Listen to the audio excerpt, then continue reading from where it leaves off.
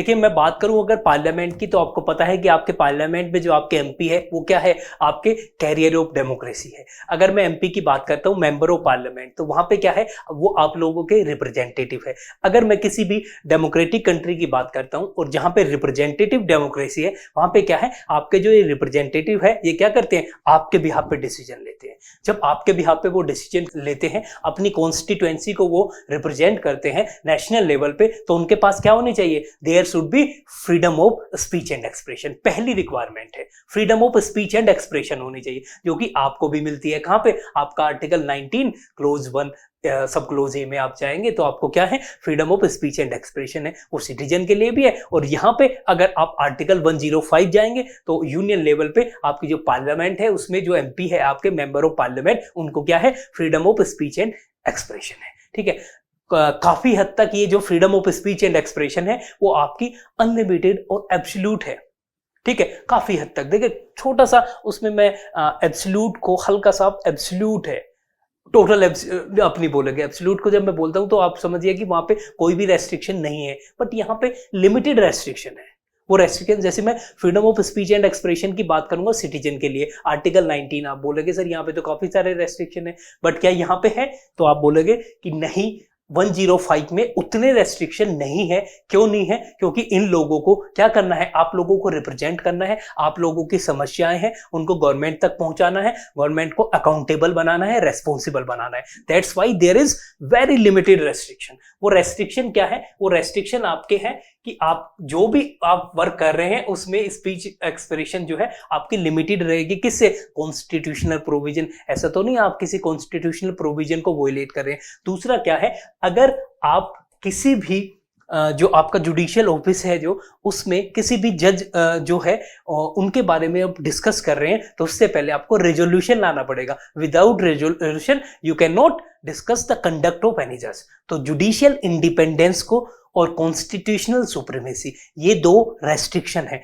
अगर मैं कहूं आपको जो पार्लियामेंट्री प्रिविलेज है, जो आपके मेंबर ऑफ पार्लियामेंट है, उनके ऊपर क्या लिमिटेशन है, तो आपको आर्टिकल 118 और 121 पढ़ना पड़ेगा। और इसमें क्या है, पहला है आपका 118 क्या है, कॉन्स्टिट्यूशनल सुप्रीमेसी, कॉन्स्टिट्यूशनल सुप्रीमेसी। और दूसरा क्या है आपका, जुडिशियल इंडिपेंडेंस। तो इसको छोड़ के बाकी जगह आपको क्या है, आपको पूरी फ्रीडम है। ठीक है, तो अब यहां पे इशू क्यों आया, क्योंकि आपको पता है कि रिसेंट में क्या हुआ है, रिसेंट में जो आपके लीडर, जो अपोजिशन में जो लीडर है राहुल गांधी जी, और जो अपोजिशन के लीडर ऑफ अपोजिशन भी है आपके इन राज्यसभा, तो दोनों के अगेंस्ट गवर्नमेंट ने क्या एलिगेशन लगाए हैं कि इन्होंने जो ये पार्लियामेंट्री प्रिविलेज है इसका वॉयलेशन किया है, और जो इनकी जो स्पीच है उसका कुछ पार्ट स्पीकर ने क्या कर दिया है, कट कर दिया है रिकॉर्डिंग से। देखिए, स्पीकर जो है वो एक अथॉरिटी है। अगर कोई भी रूल की एप्लीकेशन, कॉन्स्टिट्यूशनल प्रोविजन की एप्लीकेशन हाउस में हो रही है, तो वहां का जो चेयर है, वहां के जो स्पीकर है, वो डिसाइड करते हैं। उनकी क्या है, उनकी वहां पे अनलिमिटेड पावर है। ठीक है, तो यहाँ पे उस पर्टिकुलर पार्ट को रिकॉर्ड नहीं किया गया है। अब उसके पीछे का रीजन पॉजिटिव और नेगेटिव देख लेते हैं कि ये सही है, गलत है, क्या है। अगर मैं बात करूं पार्लियामेंट्री प्रिविलेज की, मैंने आपको बोला था कि freedom of speech and expression है, और सिंपल उस पे बस दो लिमिटेशन है। ठीक है, और अगर मैं बात करता हूं फिर बाकी अरेस्ट की, देखिए यहाँ पे लेजिस्लेचर है, आपको लेजिस्लेचर को भी किससे बचाना पड़ेगा, लेजिस्लेचर को जुडिशरी से बचाना पड़ेगा, क्योंकि लेजिस्लेचर की भी अपनी एक इंडिपेंडेंस आपको देनी पड़ेगी। तो यहाँ पे उन पर्टिकुलर मेंबर्स को सिविल लाइबिलिटी भी है। किसी पर्टिकुलर सिविल केसेज के लिए आपको अरेस्ट नहीं किया जा सकता 40 डेज बिफोर द सेशन और 40 डेज आफ्टर द सेशन। कोई पार्लियामेंट्री सेशन मान लीजिए 1 तारीख से शुरू हो रहा है, तो उससे 40 दिन पहले, और जब वो खत्म होगा उसके 40 दिन बाद आपको अरेस्ट नहीं किया जा सकता सिविल केसेस में। सुप्रीम कोर्ट ने क्या बोला है, सुप्रीम कोर्ट बोलता है ये पर्टिकुलर केस है 2021 का, स्टेट ऑफ केरला वर्सेस के अजीत एंड अदर्स। इस केस में बोला है कि ये सिर्फ सिविल है, यहाँ पे आपको इम्यूनिटी कैसे नहीं है, आपको कोई स्पेशल ट्रीटमेंट नहीं है, और क्रिमिनल केसेज में कोई इम्यूनिटी नहीं है। यानी नहीं आपने क्राइम कर दिया, आप बोलेंगे सेशन से 40 दिन पहले मैं अरेस्ट नहीं हो सकता, नहीं सर, ये आपकी सिर्फ सिविल लाइबिलिटी है, सिविल केसेज में लाइबिलिटी है, क्रिमिनल लाइबिलिटी नहीं है। ठीक है। क्रिमिनल इम्यूनिटी नहीं है, सॉरी लाइबिलिटी नहीं, क्रिमिनल इम्यूनिटी नहीं है क्रिमिनल केसेस में। तो ये सिंपल हो गया उनका, जब मैं बात करता हूँ पार्लियामेंट्री प्रिविलेज की। अब बात करते हैं कि ये इशू क्या है और इसमें हुआ क्या है। मैंने आपको बताया कि ये जो उनका स्पीच का कुछ पार्ट जो है वो रिकॉर्ड से हटा दिया गया है।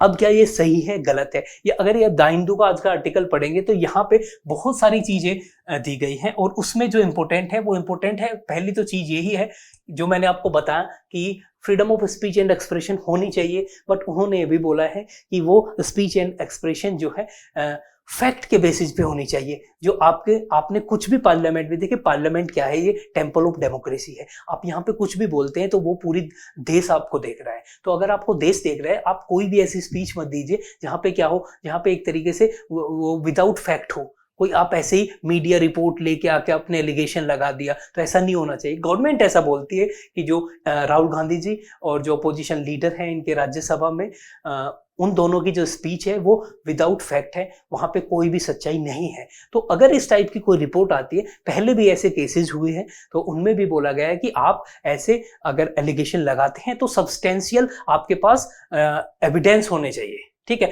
तो इस अगर केस में हम देखें तो आपको देखा होगा कि न्यूज में बहुत सारी क्रिटिसिज्म आ रही है, कोई इसको अपोज कर रहा है, कोई सपोर्ट कर रहा है, कोई कह रहा है कि वो एलिगेशन जब इतना इकोनॉमिक उथल पुथल हुई है, स्टॉक मार्केट में हुई है, तो क्या होना चाहिए, तो इस सब चीजों की जांच होनी चाहिए। और एलिगेशन उन्होंने लगाए हैं, उन्होंने कोई डिसरेस्पेक्टफुल स्पीच नहीं दी है।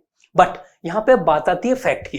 क्या freedom of speech and expression की अगर हम यहाँ पे बात कर रहे हैं तो उनको क्या फैक्चुअल बेसिस पे ही वो स्पीच दे सकते हैं? तो ऐसा कोई प्रोविजन नहीं है, ठीक है। वो फैक्चुअल बेसिस पे भी हो सकती है, उनके खुद के क्योंकि वो तो रिप्रेजेंट कर रहे हैं लोगों को, उनका हक है कि गवर्नमेंट को अकाउंटेबल बनाए, रेस्पॉन्सिबल। बट इसमें क्या है, अगर कोई ऐसी चीज है जिससे कि आपका जो ऑफिस हो, प्राइम मिनिस्टर है, अदर जो ऑफिस है, इंपॉर्टेंट कॉन्स्टिट्यूशनल अथॉरिटी है, उसको आप डिग्रेड नहीं कर सकते। दोनों चीजों को आपको लेके चलना पड़ेगा। एलिगेशन आप लगा सकते हैं, आपको लगता है कि रेगुलेटरी हुई है तो उसको एक्सप्रेस करने का तरीका होना चाहिए, बट दूसरी तरफ क्या है कि आप डिग्रेड भी नहीं कर सकते, क्योंकि ये कॉन्स्टिट्यूशनल पोजीशन है। अगर ऑफिस ऑफ प्राइम मिनिस्टर की मैं बात करता हूं तो ये कॉन्स्टिट्यूशनल ऑफिस है। आपको पता है कि प्रेसिडेंट के बाद में भी अगर कोई ऑफिस इंपॉर्टेंट है, वैसे तो अगर एक्चुअल बेसिस पे देखा जाए डी फैक्टो पावर सबसे ज्यादा किस में है, आपके प्राइम मिनिस्टर के ऑफिस में है। और अगर आप ऑर्डर ऑफ प्रेसिडेंट की भी बात करते हैं तब भी बहुत इंपॉर्टेंट है आपका ऑफिस ऑफ प्राइम मिनिस्टर। तो आपके एलिगेशन का कुछ बेसिस होना चाहिए। तो यहाँ पे जो कंफ्यूजन है वो इसी चीज को लेके है कि freedom of speech and expression क्या यहाँ पे एब्सोल्यूट है, तो आप बोलेंगे नहीं, एब्सोल्यूट नहीं है। वहां पे लिमिटेशन पहले से ही आपका कॉन्स्टिट्यूशनल लिमिटेशन है। दूसरी चीज है जो जुडिशियल कन्वेंशन बनी है, जुडिशियल जो ऑब्जर्वेशन हुए हैं और जो बाकी पार्लियामेंट्री कन्वेंशन है उसमें बहुत सारे ऑब्जर्वेशन आए, उनके बेसिस पे आप कह सकते हैं कि यहाँ पे आपका बैलेंस होना चाहिए। आप कुछ एलिगेशन लगा रहे हैं, ठीक है, आप गवर्नमेंट को अकाउंटेबल बनाइए, बट उसका कुछ बेसिस होना चाहिए। अगर आप विदाउट एनी बेसिस लगा रहे हैं, only on the basis of media report है ये, तो वहां पे आपको थोड़ा रेस्ट्रेन करना पड़ेगा अपने आप को, ठीक है। तब वो एब्सोल्यूट फ्रीडम आपकी नहीं है, ठीक है। तो इस चीज को आप देखना, इस आर्टिकल को आप पढ़ना, इसमें काफी सारे रूल दिए गए हैं। जैसे मैं बात करता हूँ यहाँ पे रूल 380 की बात करता हूँ, तो ये रूल 380 बेसिकली किसको पावर देता है? रूल 380 पावर देता है आपका लोकसभा में जो स्पीकर है उनको पावर देता है किस चीज की? अगर उनको लगता है कोई पर्टिकुलर ऐसी स्पीच है जो कि डेरोगेटरी है और पार्लियामेंट्री प्रिविलेज है, उनका वायलेशन कर रही है, तो वो उसको वहां से रिकॉर्ड से हटा देते हैं, ठीक है। ऐसे ही अगर मैं राज्यसभा की बात करता हूं तो रूल 261 है, ठीक है। तो इन रूल को आप देख लेना। कभी कभी यूपीएससी इतनी डिटेल में चली जाती है, देखिए यूपीएससी का नहीं पता वो कितना डिटेल आपसे क्वेश्चन पूछ सकते हैं। प्रीलिम्स में आपसे बहुत ही डीप में जाके वो क्वेश्चन पूछ सकते हैं, तो इस टाइप के रूल भी आप देख लेना। मेंस में अगर आपने इसको मेंशन कर दिया कहीं पे तो ये अच्छा रहेगा। अगर आपसे इस टाइप का क्वेश्चन आता है तो आप रूल 380 को मेंशन कर सकते हैं, ठीक है।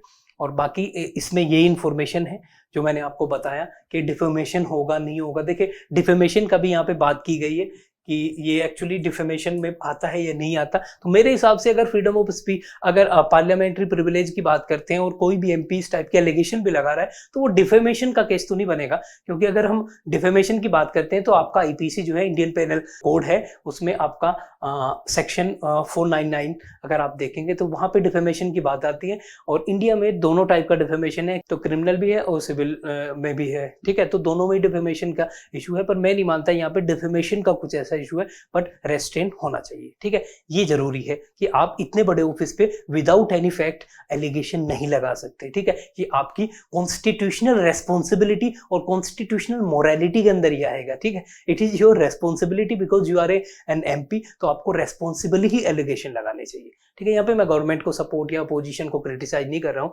उन्होंने जो बोला है एलिगेशन, अगर वहाँ पे कुछ फैक्चुअल बेसिस है उसका, वो भी ठीक है, और वो उनके freedom of speech and expression भी है। दूसरी तरफ पर गवर्नमेंट जो ऑफिसेज है, आपको उनको भी रेस्पेक्ट मिलेगी। जो कॉन्स्टिट्यूशनल मोरालिटी की जब हम बात करते हैं, तब सिंपल ये नहीं होता कि हम अकाउंटेबल ही बनाएंगे, अपोजिशन का रोल है क्रिटिसाइज करना, नहीं, यहाँ पे आपको डिग्निटी ऑफ ऑफिसेज भी देखना पड़ेगा।